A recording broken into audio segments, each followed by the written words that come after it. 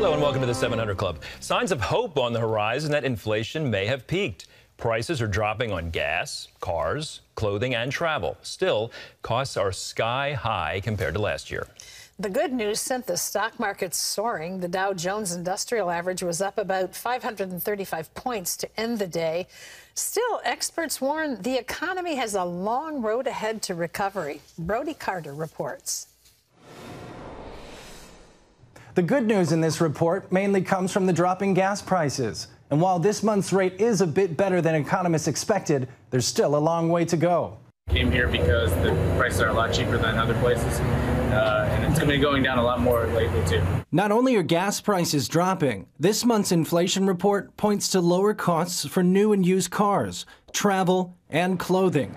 Still, inflation remains a big concern, rising 8.5% in July compared to a year ago, although the Biden administration is trying to paint a rosy picture. Today, we received news that our economy had 0% inflation in the month of July. 0%.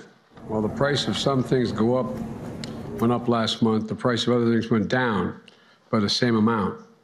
The result, zero inflation last month. Politicians do politics. What we do is economic analysis here. Senior economic analyst Mark Hamrick with Bankrate. Excluding food and energy up 5.9% from a year ago. So we're coming down in these headline numbers, but we're not at zero with respect to where we are year to date or over the past year. Biden's touting the 0% number deals with what's known as the core inflation, one of several lenses used to view the economy. It removes food and energy prices, which can often be more volatile. Food prices are still up big time. And something else that we can't escape, that's where we live, shelter costs are up over the past year. Food prices hit highs not seen since the 1970s. The bill at a restaurant rose 0.7% over last month, and grocery store prices rose 1.3%. Eggs alone jumping 47%. After months of turmoil, the best economic news remains in the labor market. I think between the good news we've had on the job market, meaning that we're still hiring a lot of people, the unemployment rate matching a 50-year low at 3.5%, and inflation may have peaked, but we don't have full confirmation on that because we still need several more months worth of data. There's reason for hope there, and any form of relief for our pocketbooks and our purses, our bank accounts, I think that's welcome news. And like we said, that relief on your bank account is most notable at the pump. AAA reports the national average for a gallon of gas is down about 70 cents from just a month ago. Brody Carter, CBN News. All right, thank you, Brody. Well, CBN financial editor Drew Parkhill joins us now.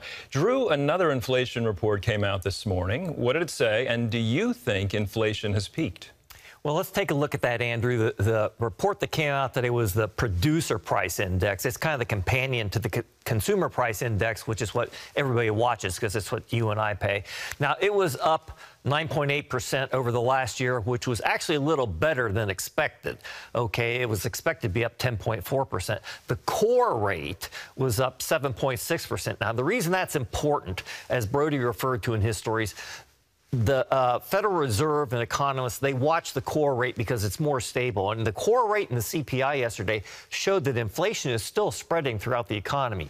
We may be near peak inflation.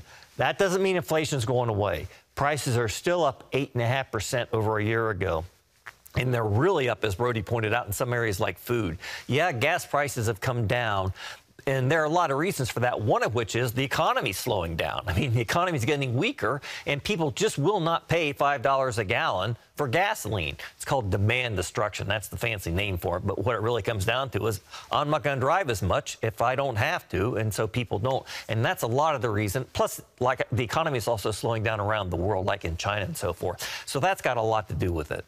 And of course, Drew, a lot of attention that the Democrats are expected to pass their Inflation Reduction Act in the House. Is it really going to bring inflation down? Not really. It's probably going to have zero impact. It'll increase it a little bit at first, bring it down a little bit later, maybe.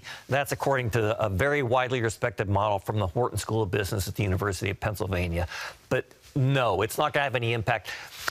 Andrew, you may have heard that there's this thing coming up in November called the midterm elections, and the #1 issue is inflation. So the Democrats come out with this bill, which has got a lot of spending and a lot of red tape in it, and they say, why, this is the Inflation Reduction Act. And so you see news headlines that say, here's what's in the Democrats' Inflation Reduction Act. It's not an Inflation Reduction Act, folks. Might have a minimal impact somewhere down the road, but don't hold your breath. Well, Drew, I know you followed the stock market very closely. It spiked more than 500 points yesterday. Do you think we'll see a rally? This correction, you could see it coming like last summer, last fall, and so I had a bottom target a little under 29 or under 30,000 on the Dow, which is exactly where we went to. We've turned around, we started going up. Now, yesterday we closed on the Dow at 33,309. Okay. My prediction is the second half of this decade is going to be very strong. Within 10 years, we're going to see the Dow at 100,000 or 100,000 plus. The second half of this decade should be very strong. I think inflation will finally be worked through the system, and we'll see a very strong stock market. There will be ups and downs because we may be in a recession now. We're in a slowdown of some sort or other, and it may last for a while. But I think you're going to see, again, over time, there will be definitely ups and downs, but it's on the way. All right, everybody, that is Drew Parkhill, and we always appreciate Drew's insights. In other news, the FBI director refuses to comment on the search of former President Trump's Mar-A-Lago home. Ephraim Graham has more on that from the CBN Newsroom. Ephraim? Andrew, Republicans continue to pressure Justice Department officials to reveal more details about the foundation for that search warrant. Wednesday, FBI Director Christopher Wray refused to comment on the search. That's not something that I can talk about, so I'd refer you to the department.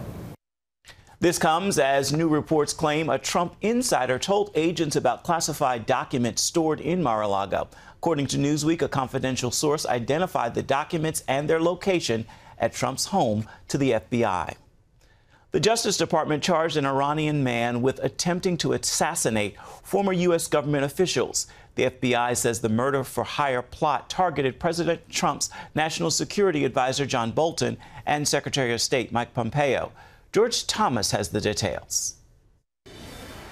In October 2021, Shahram Poursavi, a member of Iran's elite Revolutionary Guard, reportedly offered an FBI informant $300,000 to eliminate John Bolton, who had served as national security advisor to former President Donald Trump. The facts we allege are clear and chilling. According to the Department of Justice, the 45-year-old Iranian operative from Tehran had his agents conduct surveillance on Mr. Bolton's office and residence. Court documents say Poursavi didn't care how Bolton was killed, but that his group would need video proof of the target's death.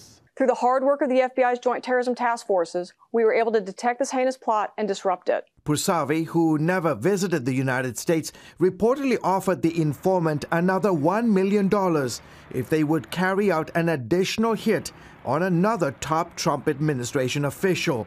The Wall Street Journal says the intended target was former Secretary of State Mike Pompeo. This is an especially appalling example of the government of Iran perpetrating egregious acts of transnational violence in violation of U.S. laws and our national sovereignty.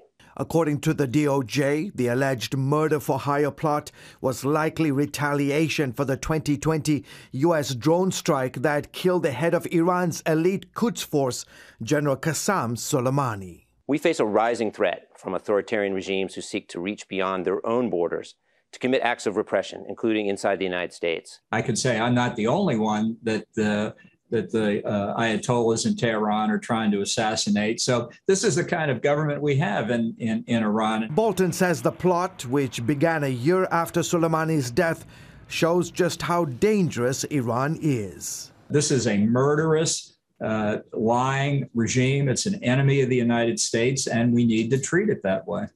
Poursavi, who remains at large abroad, is now wanted by the FBI on charges related to the transnational murder plot. If convicted, he faces up to 10 years in prison. George Thomas, CBN News. The Biden administration says the plot will not keep them from negotiating with Iran to restore the 2015 nuclear deal. It's aimed at keeping the Islamic regime from developing nuclear weapons. U.S. and European officials say a final draft of the deal is in place and they're waiting for Iran's decision. Israel is against the U.S. returning to the deal. Israeli leaders say they don't believe Iranians will agree to the conditions. Staying now with Israel, the Auburn University basketball team recently made an amazing visit to the Holy Land. They were there for a 10-day trip to play 3 exhibition games, but they did far more. Some players embraced the literal paths taken by Jesus Christ, even taking the remarkable step of getting baptized in the Jordan River. The team shared a special moment with each other when they were baptized in the historic river. Auburn coach Bruce Pearl told the Jerusalem Post, "My players are going to see their Judeo-Christian roots, and for those who want to get baptized in the River Jordan, they will." Pearl, who is Jewish, said Auburn has blazed a trail, telling the SEC network he thinks there's going to be other college teams wanting to go to Israel for this competition and this kind of historic, educational, religious, and spiritual experience. And he added it was nothing short of amazing. You can find the full story at cbnnews.com, including what the players had to say about their memorable journey. What a great story. Andrew? Thank you, Ephraim. Yeah, that's a story that'll make your day. These young men, bold in their profession. I mean, that story has caught fire on social media, and they are out there with all the distractions and pressure they're facing. They're saying, I am captured by the love of Jesus. Beautiful story. Really impressive.